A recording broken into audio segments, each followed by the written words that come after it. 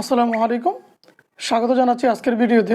প্রিয় দর্শক, আজকে আমরা জানব কোন কোন পরিচর্যা করলে আপনার মরিচ গাছে অধিক পরিমাণে ফলন ধরবে।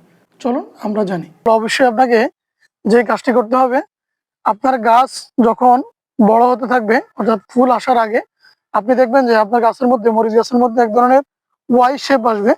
এটি মূলত ইংরেজি ওয়াই বর্ণের মতো হয় বিধায় এটাকে ওয়াই শেপ বলা হয়।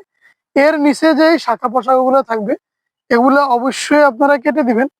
এই কাটাকে বলা হয় ট্রেনিং, অর্থাৎ ফল আসার পূর্বে আপনি যে কাটিংটা করবেন এটাকে মূলত ট্রেনিং বলা হয়।